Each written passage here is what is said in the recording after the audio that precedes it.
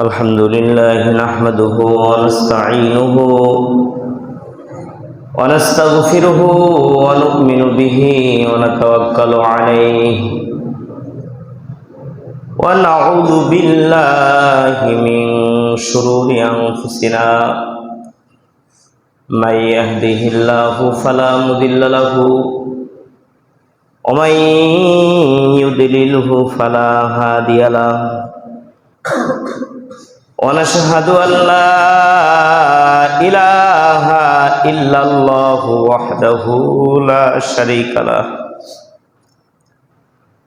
ونشهد أن سيدنا وسندنا وحبيبنا وطبيبنا ومرشدنا ومولانا محمدا عبده ورسوله أرسله بالحق بشيرا ونذيرا وداعيا إلى الله بإذنه سراجا وقمرا منيرا أما بعد فأعوذ بالله من الشيطان الرجيم بسم الله الرحمن الرحيم والتين والزيتون وطور سينين وهذا البلد الأمين لقد خلقنا الإنسان في أحسن تقويم ثم رددناه أسفل سافلين إلا الذين آمنوا وعملوا الصالحات فلهم أجر غير ممنون فما يكذبك بعد بالدين أليس الله بأحكم الحاكمين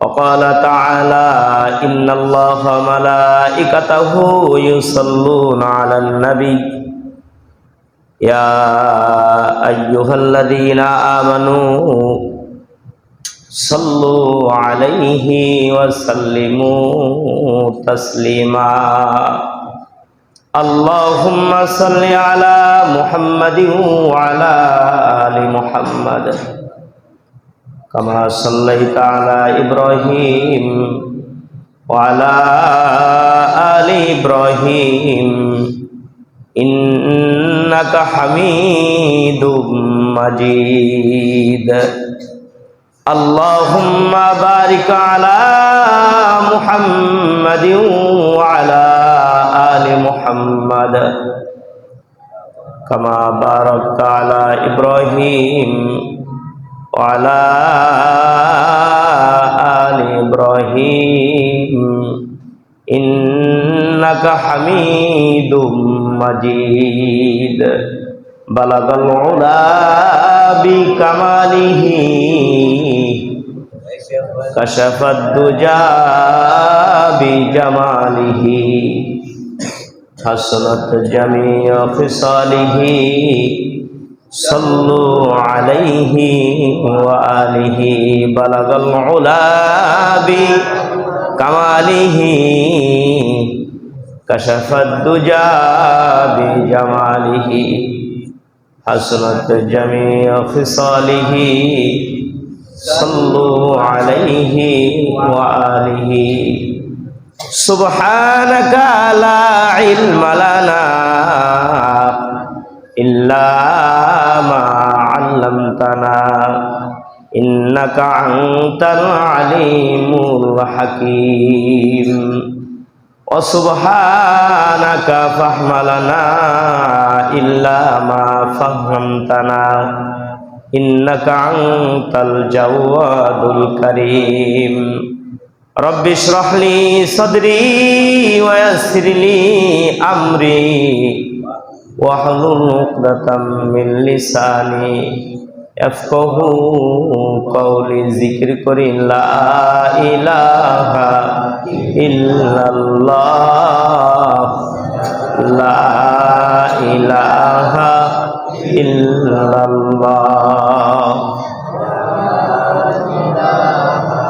ইল্লাল্লাহ, লা ইলাহা ইল্লাল্লাহ, লা ইলাহা ইল্লাল্লাহু মুহাম্মাদুর রাসূলুল্লাহ সাল্লাল্লাহু আলাইহি ওয়াসাল্লাম।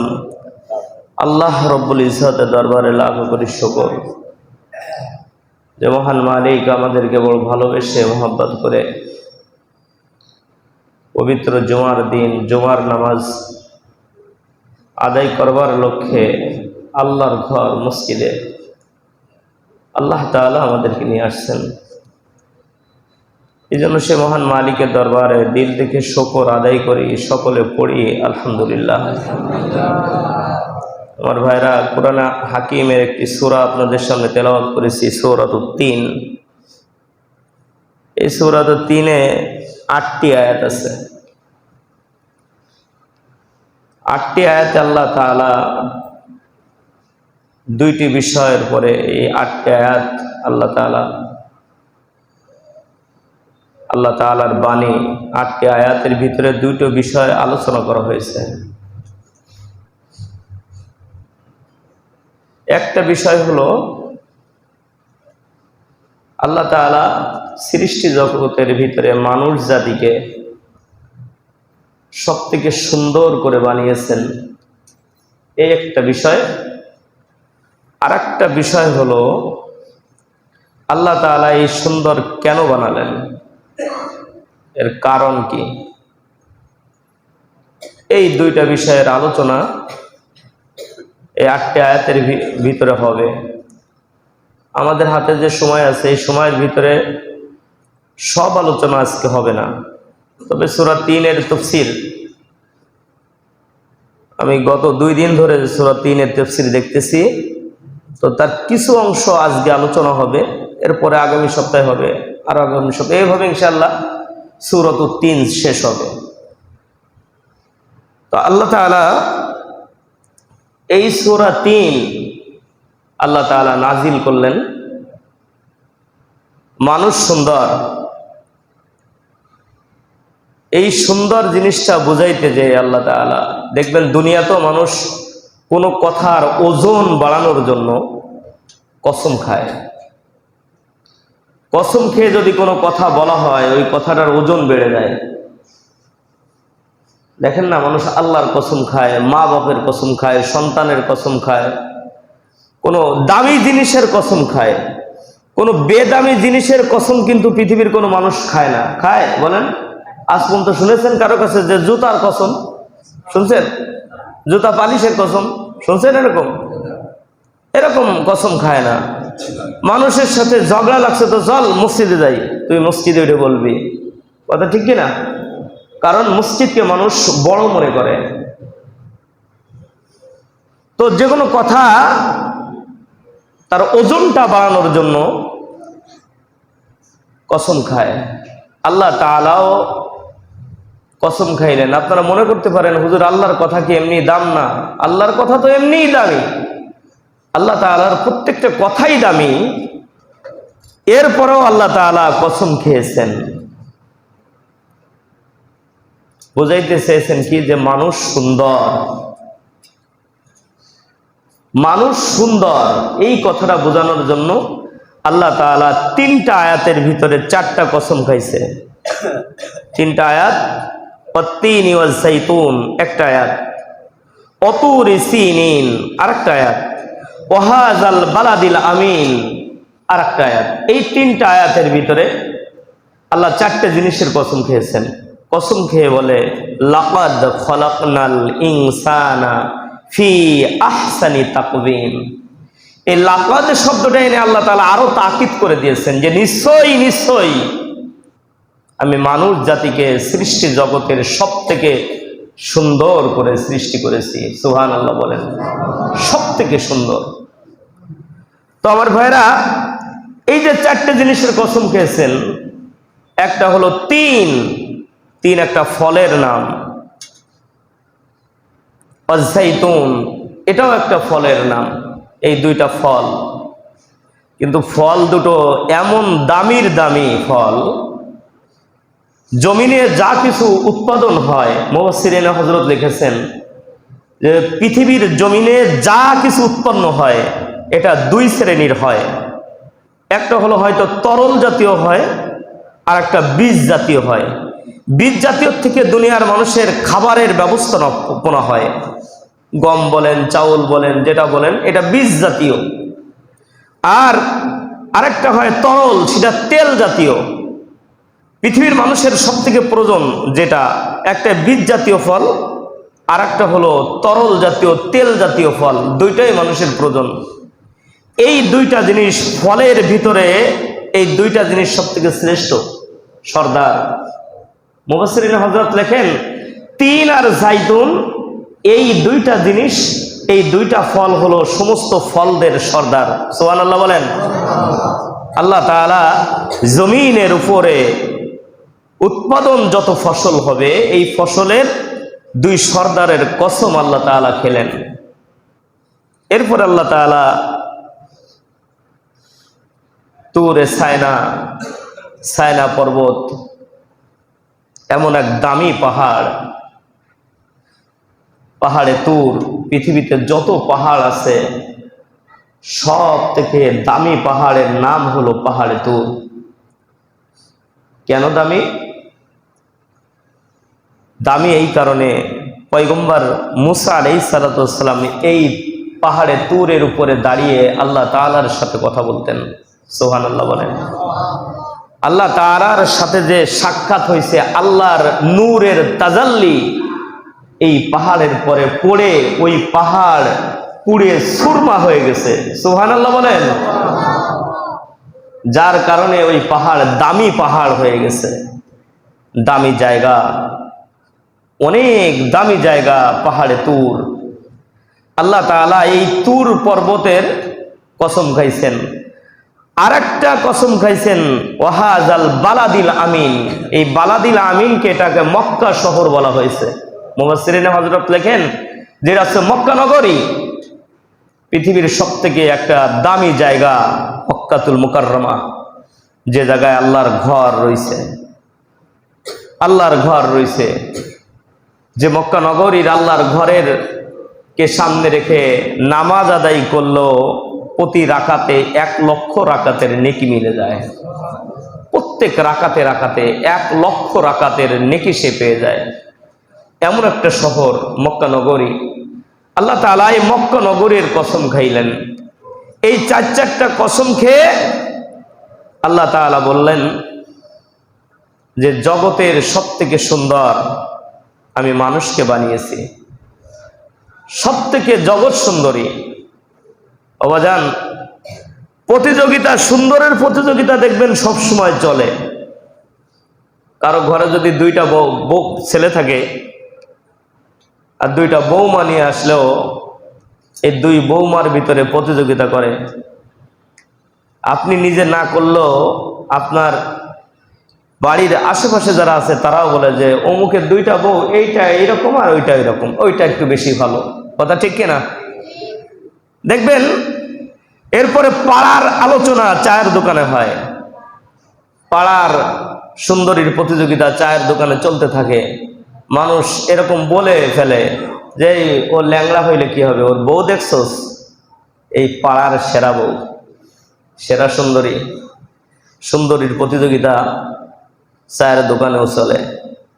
এরপরে দেখবেন এই সুন্দরীর প্রতিযোগিতা থানাব্যাপী হয়, জেলাব্যাপী হয়, দেশব্যাপী হয়, এমনকি আন্তর্জাতিক পর্যায়ে সুন্দরী প্রতিযোগিতা চলতে থাকে। বিশ্ব সুন্দরী, প্রতি বছর দেখবেন একবার বিশ্ব সুন্দরী প্রতিযোগিতা হয়।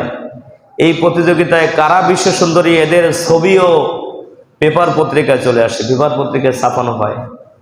কিন্তু আমাদের সমাজের তো বর্তমান টেন্ডেন্সি এরকম হয়ে গেছে, এই সুন্দরী প্রতিযোগিতার ভিতরে সুন্দরী বলা হয় যার কাপড় চোপড় সব থেকে ছোট ওরাই সুন্দরী বলে ঘোষণা দেয়।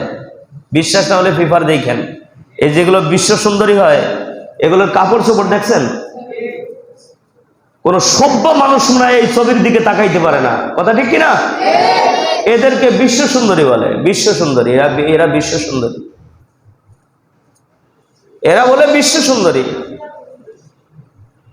অথচ বাবা খোঁজ নিলে দেখা যায় যে ওই যে মেয়েটার ছবি পেপার পত্রিকায় আসছে, ল্যাঙ্গট পরা ছবি, ওর থেকে অনেক সুন্দরী মেয়ে কিংবা স্ত্রী আপনার ঘরের ভিতরে রয়েছে। তো সুন্দরী প্রতিযোগিতা চলতে থাকে, বিশ্ব সুন্দরী। আমার ভাইরা, বিশ্ব সুন্দরীর প্রতিযোগিতার তো দরকার নাই। আল্লাহ তাআলা 4টে জিনিসের কসম খাইছে, দামি দামি কসম। জমিনের বুকে উৎপন্ন হবে যা কিছু, তার সর্দারদের নিয়ে আল্লাহ কসম খাইলেন। ওয়াত্তিন ওয়াজ-যাইতুন, পৃথিবীর বুকে সবথেকে সম্মানী জায়গা, 2টা জায়গারও আল্লাহ তাআলা কসম খাইছেন। পাহাড়ে তুর, যে জায়গায় আল্লাহ তাআলার নূরের তাজাল্লি পড়ছে। কালিমুল্লাহ আল্লাহ তাআলাকে ডাক দিয়ে বলে, ওগো মালিক, আমি আপনাকে দেখতে চাই। বারবার বলে হযরতে মূসা, রব্বি আরিনি, রব্বি আরিনি, আল্লাহ আমি আপনাকে দেখতে চাই। আল্লাহ রব্বুল আলামিন আল্লাহর কালিমকে ডাক দিয়ে বলে, লাং তারানি, ও মূসা তুমি খালি চোখে আমাকে দেখতে পারবা না। পাহাড়ে তুরের দিকে তাকাও, আল্লাহ তাআলা নূরের তাজাল্লির 70,000 পর্দার থেকে মাত্র একটা পর্দা উঁচু কইরা পাহাড়ের উপরে তাজাল্লি ছাড়ছে। তো পাহাড় কইরা সুরমা হয়ে গেছে, বলি সুবহানাল্লাহ। আল্লাহর নূরের তাজাল্লি পাহাড় পুরে সুরমা হয়ে যায়। আল্লাহর কালিমের সাথে যারা ছিল সবাই হালাক হয়ে গেছে। আল্লাহর কালিমও বেহুশ হয়ে গেছে, 40 দিন পরে হুশ ফিরেছে। বন্ধুরে আমার, একটা খেজুর গাছের নিচে কালিমুল্লাহ আল্লাহর কালিম পড়ে রয়েছে। তো হুশ ফেরার পরে বলে, আল্লাহ আমি কোথায়? বলে, তুমি একটা খেজুর গাছের নিচে আছো। বাজান এক কিতাবের ভিতরে লেখছে, আল্লাহ তাআলা বলে, ওরে মূসা রে, আমি তোমাকেও জ্বালায় দিতাম, কিন্তু ওই খেজুর গাছের উপরে আমার নবীর নূর ছিল, যার কারণে আমার মুহাম্মাদুর রাসূলুল্লাহর নূর ওই জায়গায় ছিল বিধায় ও মূসা আমি তোমারে জ্বালাই নাই, তা না হলে তুমি আমার নূরের তাজাল্লিতে তুমিও হালাক হয়ে যাইতা তোমার কওমের মতন। সুবহানাল্লাহ। আল্লাহর নবীর নূরের এত দাম, আল্লাহর নবীর এত দাম, এত সম্মান। ওগো বন্ধু, কথা ওইদিকে গেলে আবার অন্যদিকে চলে যাবে। আল্লাহ তাআলা 4টা জিনিসের কসম খাইয়া আল্লাহ বলে, আমি মানুষ জাতিকে সব থেকে সুন্দর করে বানাইছি, আর তোমরা বিশ্ব সুন্দরী প্রতিযোগিতা করো। আল্লাহ তো শুধু বিশ্ব সুন্দরী তোমার আমারে বানাই না, আল্লাহ তাআলা জগতের সুন্দরী বানাইছে। বাবা, জগৎ কত বড় আর বিশ্ব কত বড়, মুফাসসিরে হযরত লেখছেন আশ্চর্য ধরনের তাফসীর। আশ্চর্য হয়ে গেছি, বিশ্ব কতটুকুন। মুফাসসিরিনা লেখেন যে মানুষের আয়াতে আছে যতটুকুন, বিশ্ব ঠিক ততটুকুন। এর ভিতরে আবার বাবা প্রত্যেকটা মাখলুকের আলাদা আলাদা বিশ্ব জগৎ। একটা পিপিলিকারও তার জগৎটা আলাদা। পিপিলিকার জগতের সাথে মানুষের জগতের কোনো মিল নাই। পাখির জগৎটা আলাদা, প্রত্যেকটা প্রাণীর জগৎ আলাদা। আর তুমি আর আমি মানুষ হিসেবে পৃথিবীর জমিনে সব জায়গায় কিন্তু এখনো রাষ্ট্র হয়ে পারে নাই, এমন একটা ভুবন এইটা। ওগো বন্ধুরে আমার, অথচ জগতের সুন্দর আল্লাহ তাআলা বানাইছে, জগতের সীমানা আল্লাহ তাআলা যতটুকু পাওয়া যায় দিছে। এইটা যে জমিন দেখতেছেন, এই জমিন কিন্তু সীমাবদ্ধ না। এই জমিনের তলে আরো বাবা 6টা জমিন আছে, আরো 6টা জমিন আছে। সব থেকে ছোট জমিন হলো এটা। এই ছোট জমিনের পরে আমরা আছি। বাজান দেখবেন, আপনি কোনো একটা জিনিসের পরে যখন রাখবেন, আমার এই হাতুর তালুর পরে যদি কোনো একটা জিনিস রাখতে হয়, তাই হাতের তালুর থেকে যদি বড় জিনিস রাখা হয়, হাতের তালু থাকবে বলেন? আমার হাতের তালুর পরে কোনো কিছু রাখতে গেলে তো এই তালুর থেকে ছোট জিনিস রাখতে হবে, কি বলেন? তো মুফাসসিরিনে হযরত লেখেন যে এই যে জমিনটা, এই জমিনটা আমরা যে জমিনে বসবাস করি, এই জমিনটা সব থেকে ছোট্ট জমিন, সব থেকে ছোট। এর তলে যেটা আছে সেটা তার থেকে বড়, তার তলে যেটা আছে সেটা তার থেকে বড়, তার তলে যেটা আছে সেটা তার, এইভাবে বড় হতে হতে এই 7টা জমিনকে আল্লাহ তাআলা একটা পাথরের উপরে রাখছে। তাহলে পাথরটা কত বড়? মুফাসসিরিনে হযরত লেখেন যে ওই পাথরটা আল্লাহ তাআলা একটা মাছের পিঠের উপরে রাখছে। সুবহানাল্লাহ বলেন। তাহলে মাছটা তো খুব ছোট মাছ, কি বলেন? হ্যাঁ, আটলান্টিক মহাসাগরে ধরবে মাছ? ওই যে মাছটা রাখছে একটা পানির উপরে। পানি সাগর মহাসমুদ্রের পানি না, তাহলে ওই যে মাছটা যে পানিতে রয়েছে, পানি কত পানির পরিমাণ কত? মুফাসসিরিনে হযরত লেখেন ওই পানি রাখছে আল্লাহ তাআলা একটা থালার উপরে। সুবহানাল্লাহ বলেন। একটা প্লেটের পরে পানি রয়েছে, প্লেটের পরে মাছ রয়েছে, ওই পানি রয়েছে প্লেটের উপরে, পানির উপরে মাছ রয়েছে, মাছের পিঠের উপরে একটা পাথর রয়েছে, পাথরের পরে আল্লাহ 7টা জমিন রাখছেন। সুবহানাল্লাহ বলেন। আর ওই যে প্লেটটা আল্লাহ তাআলা, ওই প্লেটটা একটা এই মহাশূন্যের পরে যে শূন্যর পরে আল্লাহ তাআলা প্লেটটা রাখছেন। প্লেটটা ওইভাবে ভাসানো অবস্থায় আছে, প্লেটটা ভাসানো অবস্থায় আছে। মাঝে মাঝে প্লেটটা এরকম নড়া দেয় তো জমিনে ভূমিকম্প সৃষ্টি হয়। সুবহানাল্লাহ বলেন। আজকে ভূমিকম্প হয়েছে না? আজকে 10:40 ভূমিকম্প হয়েছে। ঢাকার অবস্থা অনেক খারাপ, অনেক বিল্ডিং ভেঙে গেছে। প্লেটটা শূন্যর পরে রয়েছে, তো প্লেট যখন একটু দোলন দেয় আল্লাহ তাআলা মাঝে মাঝে প্লেটটাকে বলে একটু দোল, শূন্যর পরে রয়েছে তো তাই প্লেটটা একটু দোলন দেয়, তাই এই জমিনের পরে আল্লাহ তাআলা ভূমিকম্প সৃষ্টি করে। ও বাজান, সামান্য একটু দোল দেয়, সামান্য একটু দোল, তা ওই দোলের কারণে মাছ দুলে ওঠে, পানি দুলে ওঠে, মাছ দুলে ওঠে, পাথর দুলে ওঠে। জমিনগুলো দুলতে দুলতে একদম লাস্টের জমিন দোলে। ওই প্লেটের তলে যে শূন্য, ওই শূন্যটাকে পাতালপুরি বলা হয়। ওই শূন্যটাকে কি বলা হয়? পাতালপুরি বলা হয় ওই শূন্যটাকে। ও বাজান, আমরা মনে করি মনে হয় 200 ফুট টিউবওয়েল পুতলে ওইটা পাতালেতে পানি উঠতেছে, কি 1000 ফুট ডিপ টিউবওয়েল পুতার পরে আমরা মনে করি হয়তো এই 1000 ফুট তলেই মনে হয় পাতাল। না বাজান, না। পাতাল, মুফাসসিরিনে হযরত লেখেন যে পাতাল হলো ওইটা, এই হলো এই যে জগৎ, এই ইহ জগতের ওই মাটির নিচের স্থান হলো ওই। আর উপরের স্থান যদি আপনি ধরেন, মুফাসসিরিনে হযরত লেখেন যে এই যে প্রথম আসমান যেটা দেখতেছেন নীল বর্ণ, কেন জানেন? হিসাব করছেন কোনদিন? এই নীল বর্ণ এমনি না, আল্লাহ তাআলা এই প্রথম আসমানটা স্থির পানি দ্বারা তৈরি করেছেন। সুবহানাল্লাহ বলেন। পানির রং কি নীল না? এই নীল বর্ণ, নীল আকাশ, এই কারণে আল্লাহ তাআলা প্রথম আসমান পানি দিয়ে বানাইছে। মনে রাখেন মুসলমান, দ্বিতীয় আসমান আল্লাহ তাআলা লোহা দ্বারা বানাইছে। কি দ্বারা বানাইছে? লোহা দ্বারা। তৃতীয় আসমান আল্লাহ তাআলা তামা দ্বারা বানাইছে। চতুর্থ আসমান আল্লাহ তাআলা রূপা দ্বারা বানাইছে।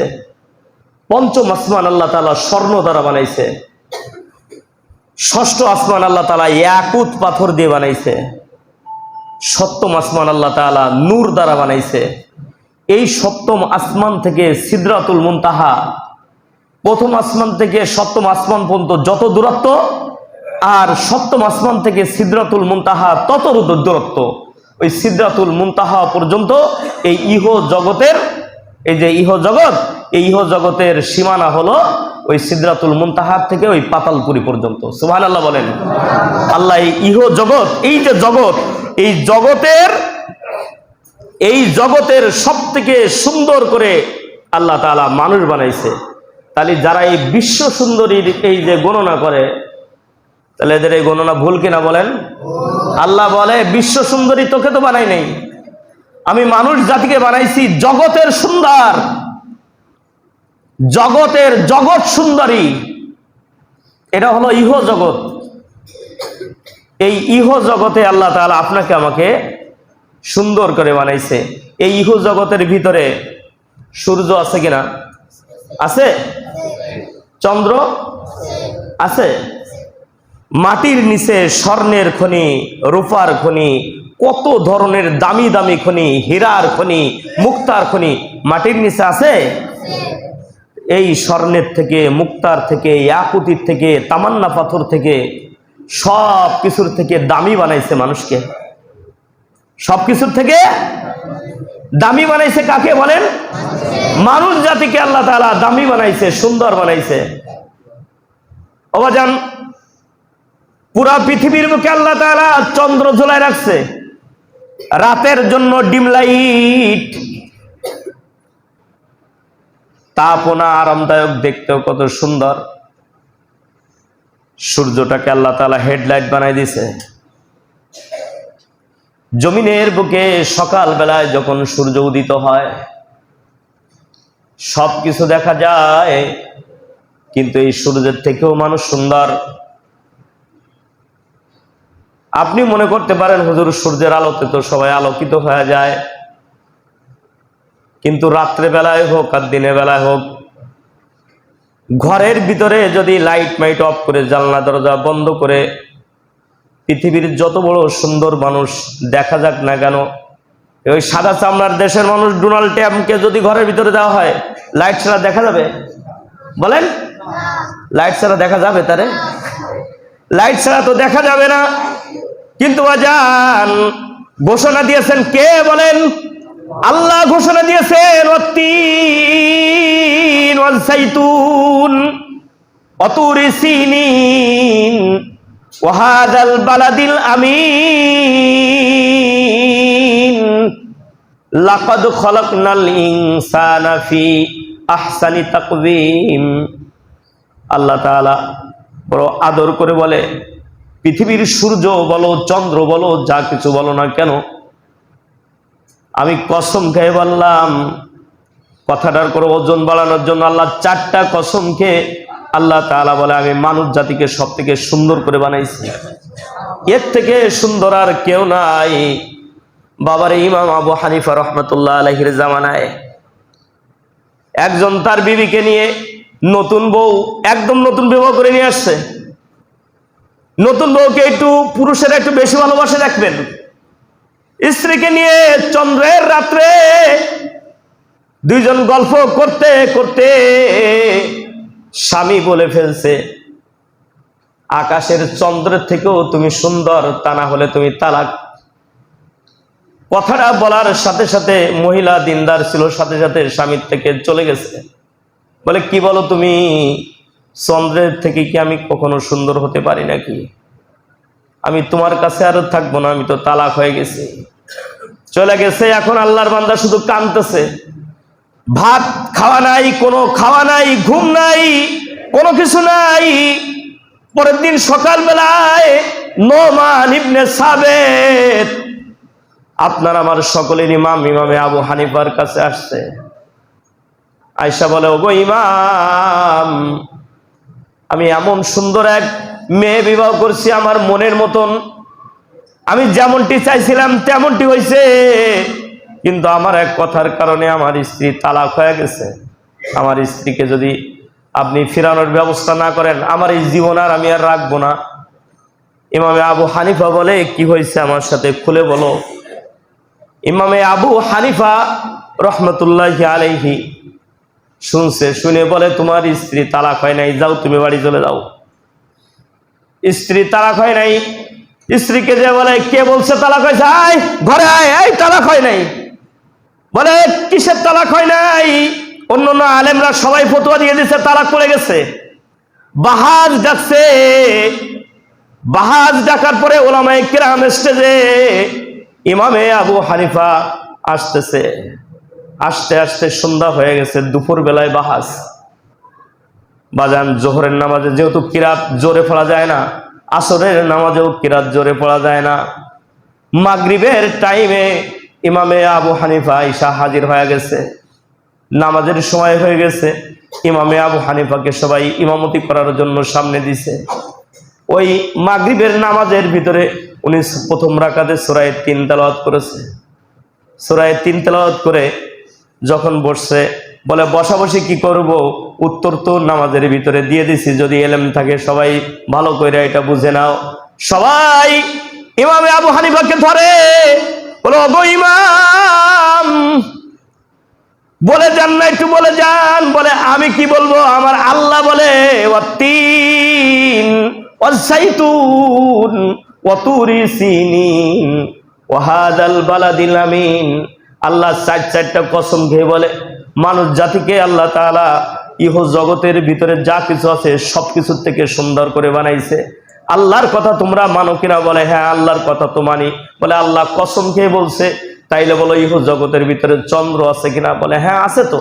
বলে চন্দ্রের থেকেও যদি আল্লাহ বলে মানুষ সুন্দর করে বানাইছি, তাহলে ওর বউ তালাক হয় কি করে? সমস্ত আলেমরা মাপ চাইছে, বলে হুজুর হ্যাঁ ঠিক আছে ঠিক আছে ঠিক আছে। আল্লাহ তাআলা সমস্ত কিছুর থেকে আল্লাহ তাআলা মানুষ জাতিকে সব থেকে সুন্দর করে বানাইছে। বাজান সূরা ৩ এর তাফসীর ইনশাআল্লাহ চলবে, এখনো অনেক কথা বাকি রয়ে গেছে ইনশাআল্লাহ।